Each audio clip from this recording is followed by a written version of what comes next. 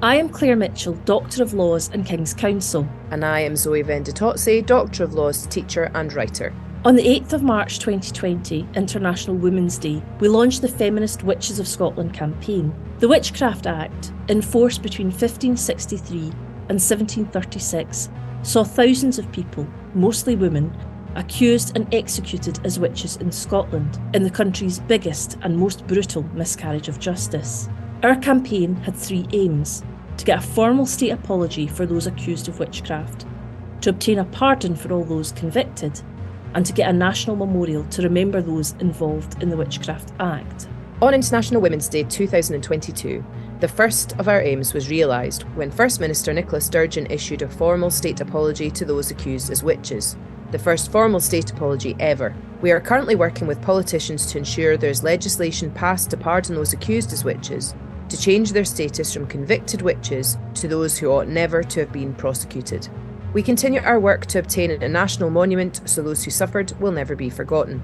Join us as we speak to the experts on the witchcraft trials, both here in Scotland and further abroad, as we explore the history of women in Scotland and continue the cultural conversation of what it means to be a woman.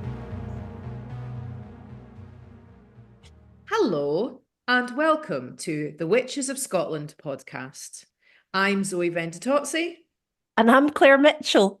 Now, our voices may not be very familiar to you anymore because it's been so long since we've actually recorded any episodes of the podcast. We're aware of that. We would just like to get out ahead of any accusations of laziness or ineptitude by saying we've been incredibly busy. Have we not, Claire? We have been incredibly busy, Zoe. The Quarrelsome Dames return. I think the last podcast you were promising people that we would definitely have one within the fortnight. And My definition of fortnight is quite eccentric. And is more like 6 months. Is this like Interstellar where it's like a fortnight on Mars or something? I'm an international time traveling lady. That's what I do. Don't question it. So we're very sorry. We had the absolute best of intentions as ever. We always have the best of intentions because we feel quite seriously about this. Unfortunately, various other things in life got in the way. Yes. I mean, good and important things. Yes. And we thought that what we would do before we go on to those good and important things, because those would be news items, Zoe, Yes. and we can't talk about news items in the intro. No, we can't. We thought we would like draw a line under season 1 and make this season 2. Right, and then that's like when you watch like a series or seasons, as we've now Americanized it to, and there's a gap because the production team are working very hard to make a new thing. So it's very professional. It's the way that they do things in Hollywood. So that's how we're doing it. So and we're all about Hollywood. You know it. We're like, I'm not even gonna. Let's move on. So we are on season two. And what are we going to talk about first? No, wait. We're in season 2. Which episode of season 2 are we on, Zoe? Oh, episode 1. Yes. Episode 1 of season 2. So we're just going back to the beginning with the counting of episodes then. I like that. That's good. It's much better and much easier for us to remember. One of the reasons, I hope this is okay to say, that we've not recorded for a while, this is a very minor reason, is because poor David escaped from the dungeon. I mean, moved on with his life. So he's no longer doing 75,000 episodes of a podcast, which his big sister coerced him into to do 6 for some years ago. So we have been looking at different sound recordists. And to that end, I'm going to press gang one of my children into it, who assures me she can do the job. So hopefully we're back on it again and we can just record our content and somebody can come along and stick some music on it and make it sound a bit better than it did originally.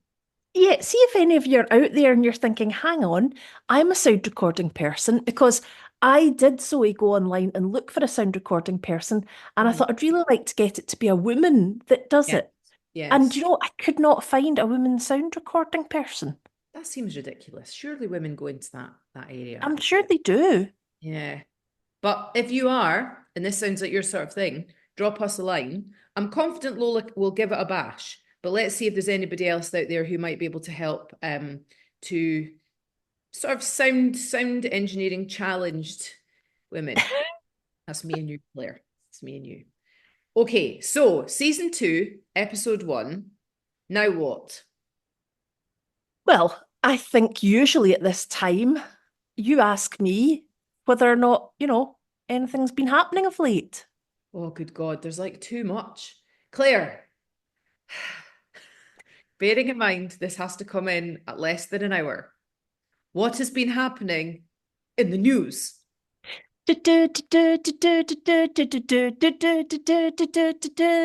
News. Okay, Claire, what's happening? Well, what's not been happening, Zoe?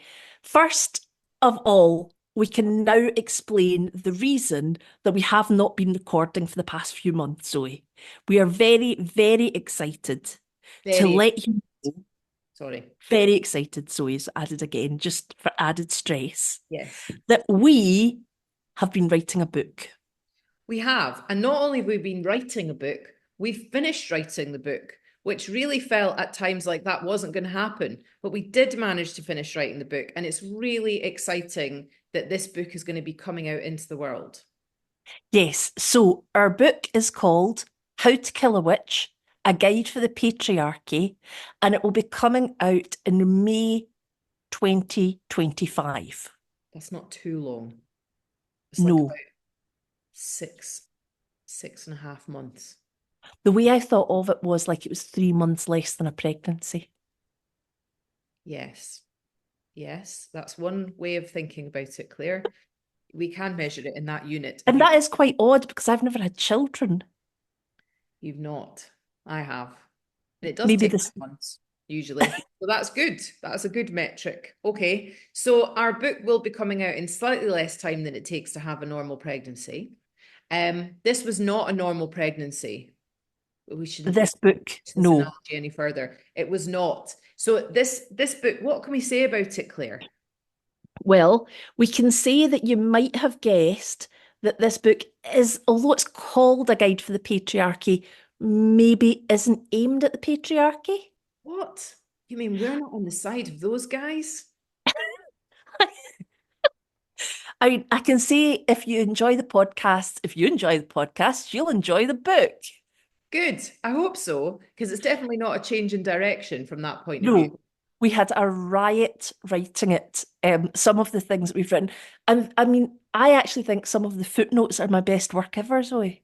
The footnotes are hilarious, I have to say. I mean, I feel sorry for the people that were working with us because you and I were writing all the bits of the book, but then just going, look at this funny joke that I've written. That's basically what we were doing. We were at the back of the writing classroom enjoying our own gags. But that's good. I think that's good. But That's okay. it is a really interesting book. Now, obviously, I would say that, but the fact that I have maintained interest through the writing of this book, I think that says something. It surely says something if you can maintain interest in it, Zoe.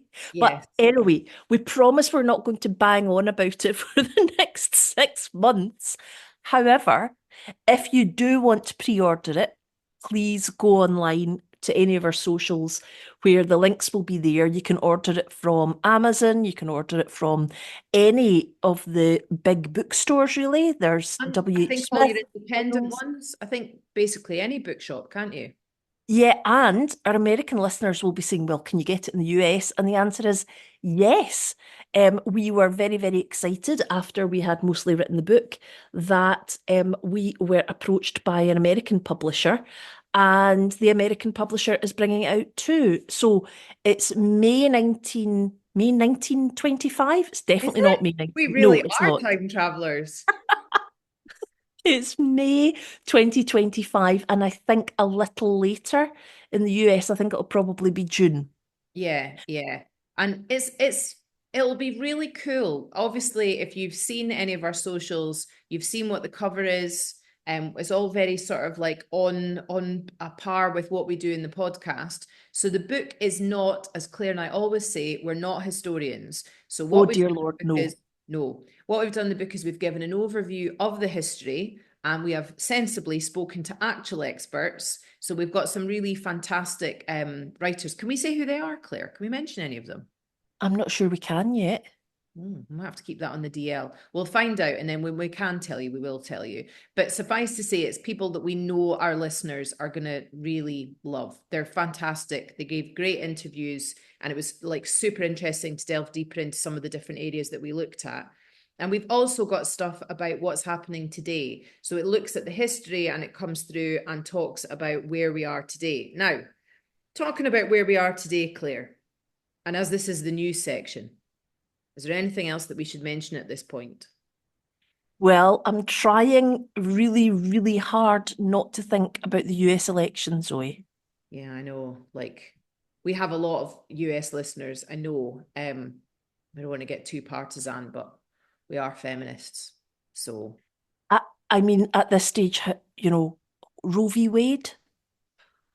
just so much worry and stress and nervousness about what that means for America and our American friends and our American family, but what it means for us as well in the rest of the world, seeing as we often follow what America does. So we went out there, we took our witchcraft laws out there, that played out there, but then since then it's been more like Scotland, Britain has followed behind what America's done. So we're obviously, as many women and men are worried about that situation, particularly because a lot of the rhetoric that was used during the elections. Claire, can you remember anything that particularly stands out in your mind from the... Well, I mean, you've got a man, first of all, who was convicted on 34 felony counts of falsifying business records. You've got a man who was found liable for sexually abusing a columnist in 1996 and she got awarded £5 million. And, you know, you've got the man who said they let you do it. You can do anything, just grab them by the pussy. I mean, Not the cat, no, not the cat. the rude one. The Explaining that. It's like, there's not children listening to this. Sorry, I'm very sorry. I really hope there's not children listening to it. But what really scares me as a human rights lawyer is women's rights have never been on solid ground. And I think what happens is each generation that goes past thinks, oh, things are better, we have equality, things are linear. And we're not seeing things go in a linear fashion. We're seeing them pulling backwards, Roe v. Wade being one. You know, my body, my choice is now my body, that is your absolutely, choice. that is blood curdling, that phrase. Your body, my choice. And the amount of people, now obviously it's been picked up on Twitter, which is quite correctly often described as a cesspit. I'm not quite ready to leave there yet because we've got so many fantastic people that we communicate with about the campaign and about the podcast. And I've discovered so many tremendous writers and things like that through that. So I'm not quite ready to leave, but it certainly is a very interesting sort of, I don't want to say melting pot. I'm not sure quite what the right phrase is for it. It's somewhere where all these really unpleasant things are encouraged and amplified, and there's no responsibility or consequences for it. It's the absolute worst teen behavior that's been kind of like ratified and solidified and venerated. And I think that's what we've seen. We've seen a section of society which is insecure and doesn't like women being uppity, doesn't like women having their voices, doesn't like women having their rights. And because there's insecurity about climate change, about wars around the world, about cost of living, about people feeling like they've lost their special status because of their sex, then we see the same things happening. Claire, you know what I'm going to say, don't you? Yes. The same things happening. So when we spoke some time ago to Rachel Christ of the Salem Witch Museum, she said that the Witch Museum there has a really interesting part of their displays, which is about if things are insecure socially, and then there's a trigger point, then there's othering of different people. So we can see that now. You know, there's worldwide insecurity because of various horrible things that are happening just now. The trigger point was the election. And then we see the othering of particularly, and it's not just women, but particularly of women, because it's a really obvious thing to do. And then you've got these content creators saying things like, I'm a trad wife, I like it this way, I'm anti-abortion, because they know it'll get clicks because there's an appetite from that right wing. Whether they actually mean it or not, or they're just doing it in a cynical way to drive up clicks and make revenue, who knows? But certainly There's also there's big also this these really, really scary Christian fundamentalism. yeah. And I was watching a pastor the other day, and he was saying this isn't Christian fundamentalism. He was speaking ordinarily and rationally about things and about, his beliefs and his religion. And he was saying the people that are preaching under this banner of Christian fundamentalism are just preaching about control. They're Mhm. not preaching the word of God, but they're doing it under the banner. And that's the difficulty. The difficulty is when people's ideas are given one brand that covers them, that keeps them safe, and they're actually pushing a different line. It's just horrifying. So basically, we just push on as we always have. We'll keep pushing on. We'll not be quiet. We need to band together. We need to be strong with each other, I think, and we just need to keep being active as activists, I think, and that is We part of need, that is educating other girls and women.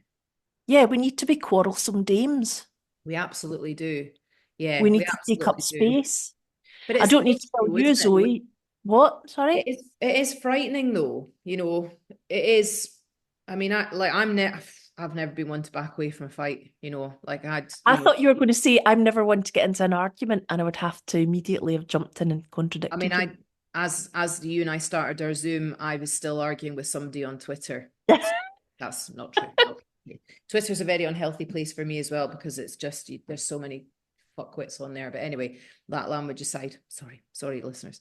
It is scary though because although I wouldn't back down from a fight, certainly it does make me feel a bit more like, I mean, like our law is going to be changed in America so that if you were that way inclined, you could get away with being hideous to women in an even more obvious way. Like the Yeah, I was going to say, Zoe, you don't need the example. laws to change. You Oh, don't need the laws to change for people to be hideous to women. mm, But you're right, when the state becomes involved in the rolling back of women's rights, we are, what Margaret Atwood described. She talked to Ruth Bader Ginsburg in 2018, and they had this conversation about how they saw the future. And Ruth Bader Ginsburg said women have got into positions of power.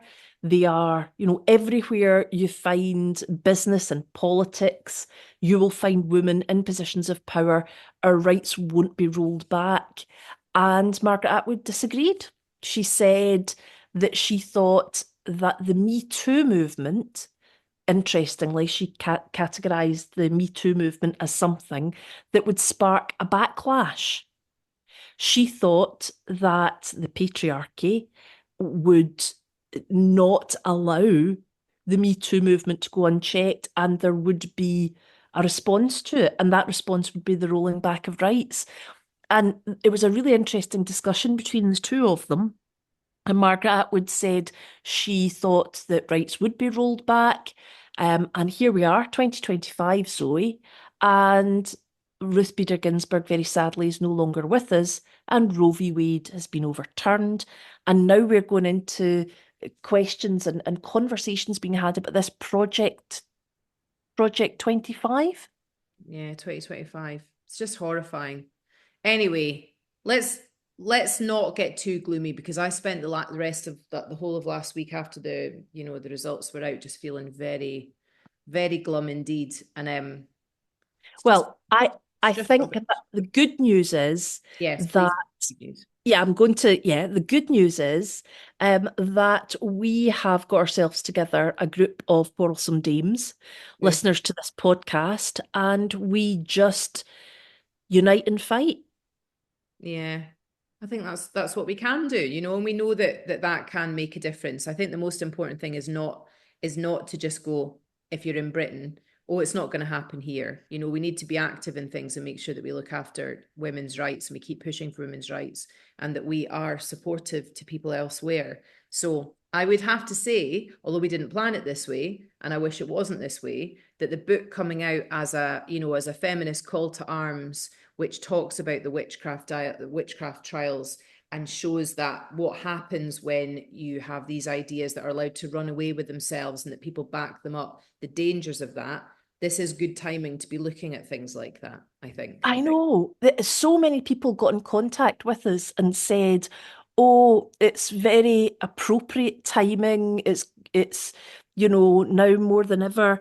And it was like we really, really didn't plan it. Like it could have been out 2 months ago or 3 months later. It was just it came out whenever we finished writing, basically. Yeah, yeah. But the book is funny in places. It's, as usual with what we do, is very serious from the point of view of we tell the story, the historians are fantastic, but there's always that kind of archness and that kind of lightness where we can actually manage to get that happening with the story. So Yeah. we're planning on doing various events with it. We hope to do launches in different places. If you live somewhere where you think there'd be an appetite for us to come and visit your bookshop, maybe, or to come and give a talk, then give us a shout. And, you know, as usual, get in touch with us wherever we've got socials. We're on Instagram and Facebook and, of course, Twitter. And it's always great to hear from people. Yeah, absolutely. I forgot to mention that earlier, in fact. We've already had a couple of people contacting us saying, "Oh, are you going to do a book tour?" The answer to that is hopefully yes. Yes. But we have to plan that ourselves, include it both here and both in the US. But if you are sitting there thinking, "Oh, do you know, I've got a group of people that would really like to come and listen to Zoe and Claire talk about these sorts of things," then please do get in contact with us. We uh, we're booking up fast. 6 months seems to be slipping away from us already. So please do get in contact with us if you fancy us coming to see you and speak about it. That'd be cool. Anywhere in the world. Claire and I are very keen to travel, aren't we? We Aren't are. we? Would be brilliant. I love getting out and about and speaking to people. But okay, so when we come back after this episode, we will be talking to various different guests. We've already got a couple of interviews that are in the can. We just need to get our sound recorder, or sound recorderist, sound recorderist, sound recorder. Maybe A maybe sound we can't engineer. get one. Yeah, maybe we can't get one because we don't know what to call them. Maybe we're calling the wrong name when we stand outside our front doors saying here sound no. So once we've got that tidied up and edited, then we'll put them out. And we've got some really interesting stuff actually coming up that we know that you're going to enjoy, quite a variety. And we've got other people as well that we've got slated to talk to too. So I think this is going to be a great series, just as long as we can get ourselves organized. But there's no reason why we couldn't. So Claire, what's next? Now I think we should move on, as we usually do at this point, Zoe, to talk about women, not witches. Yes, women not witches, of course. Right. So normally we look at just historic witchcraft accusations, but Claire, you've got a story this time that is from now, sadly. Would you like to Yes. hear that? The reason, just because we were talking about the election and stuff like that, I thought that I would highlight what happened in the US election. And in particular, the use of the rhetoric being that the left were being influenced by satanic forces, and in particular, that Kamala Harris employed witchcraft in a Trump debate. Now, this claim was by MAGA pastor, who was having a pre-election rally, I suppose. I'm not sure if that's the correct word. His name's Lance Wallnow, and he accused Kamala Harris of using witchcraft in the presidential debate. He said, "When I say witchcraft, I'm talking about what happened tonight: occult empowered deception, manipulation, and domination." Now, when you start to hear phrases like that, it is an absolute enormous red flag to people that women are being accused of being in league with the devil. He said that He also accused the debate moderators of colluding with the Harris campaign and said that's what ABC pulled off as moderators, and Kamala's script handlers set up the kill box. One-sided question checking sealed the box. Witchcraft. So that was the phraseology that he used. And this particular man, you're thinking, oh, well, it's just someone who's said this and he doesn't have any power or any influence. But what is particularly alarming about this is that he was somebody who the now Vice President Vance, in fact, later shared a stage with. Now, although he didn't repeat those when the Vice President was standing beside him, it's still really, really scary that these people that are seriously suggesting witchcraft is being used by women in politics in America is getting closer and closer to the people in power. It's concerning, isn't it? And you know, Yep. you'd like to think 10 years ago people would have just laughed at that and just said that's absolutely ridiculous. But I think the more nervous people feel about what is happening with the future of the planet, I think the more ridiculous ideas might get. You know, the more conspiracy theories there'll be, the more paranoia there'll be, and the more sort of outlandish, ridiculous statements will be seen as being believable. But one thing that I need to bring here, which is a really uncomfortable truth, which is that there was a great deal of white women voters that voted for Trump. And I think that that doesn't disprove patriarchy. It proves that during times of real worry, there will be some women that cling to this kind of vestige, this seeming power. And we saw the same thing happen during the witch trials, where often it would be women that were involved in the accusations against other women with an idea that, you know, well, they must be right. They're men, they know better. Or if I stick with them, then I'm safe, you know, and it's a lack of security as well themselves. I don't really know what the answer is to that. It's just really grim, really grim. Well, I think it's always bears saying we're all part of the patriarchy. You know, Mm-hmm. we're all part of the system. It's not just men v women, Mm-hmm. but it's a really, really bad construct which doesn't allow women to fulfill their potential. And if they did fulfill their potential, the world would be a better place. It doesn't really serve men either, and I think that men No. does serve them, but it pushes them into these awful gender roles. You know, we keep hearing about the loneliness of men and how, you know, men can't get girlfriends and so on, and that's because I think a lot of the time they're buying into these Andrew Tate patriarchal notions of what it is to be a man now in 2024, of what a woman should be in 2024. And again, strangely, uncannily, this is somebody who's got a great sway, who's also been accused of trafficking and of sexual assault and of violence towards women. You know, like, let's be really frank with this, and we need to keep challenging it. We need to keep being, as Claire said earlier, quarrelsome dames, because it affects all of us, not just the most strident women, not just women that are standing up, just lots and lots and lots of regular women. So women, not witches. Oh, I like that segue. That was very professional, Zoe. Thanks very much. Just came out of nowhere as if by magic. Oh no, I didn't say that. I didn't. Right. Oh no, look, Okay. that was the twist in season two that no one saw coming. But we're You know how? actually witches. We're not No! actually witches. We're not, no Oh, such thing. Oh no, quick, Claire. quick, move on. Um, so, Zoe, we've done the modern day witchcraft accusations. Do Yes. we have any historical witchcraft Yes, I accusations? do. So one thing that I thought was quite interesting to have a look at was, we know there was thousands of people accused. We know that about 84% of the accused were women, and we also know that even though the database that Edinburgh University have put together, which by the way has now got like a different sort of revamped, much groovier version, which is absolutely going and have a look at. Ewan McAndrew and Julian Goodare and Ruby Imrie, who's the latest. Now what's it? What's her job title again? It's Um, which she's got a really great job title about Wikipedia, but also witches. Uh, witch, witchipedist? It's not Wikipedias, it's something like that. Sorry, Ruby, I can't remember what the title of your job is, but she's done a bloody marvellous job. They all have. So you can go in and you can search much more easily now. There's lots of really interesting categories. It's absolutely worth having a look at. And I believe, I've not had a chance to do it yet, they have also created a walking tour of Edinburgh that I've heard some rave reviews about as well. So that's definitely all worth having a look at.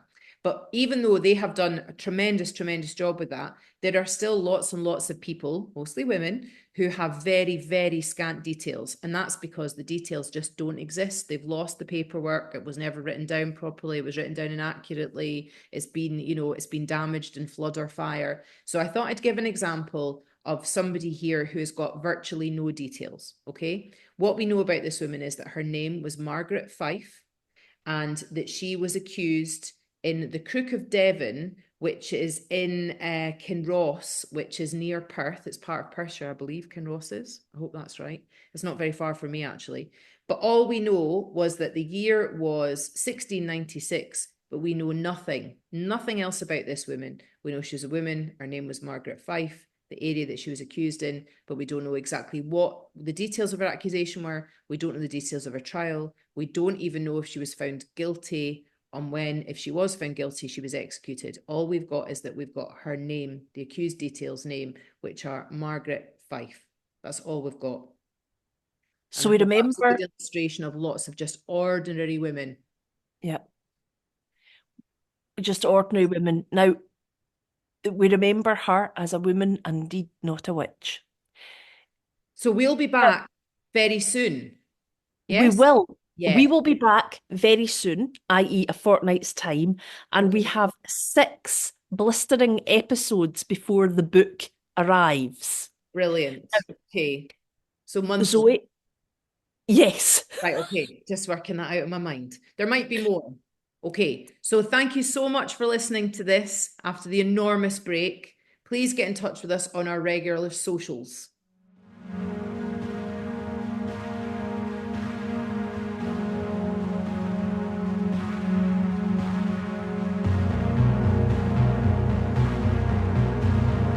If you'd like to know more about the Witches of Scotland, please subscribe wherever you get your podcasts. Sign up for our mailing list at www.witchesofscotland.com to keep updated with the campaign. On that site, you'll be able to find how to link with us on Twitter, Facebook and Instagram.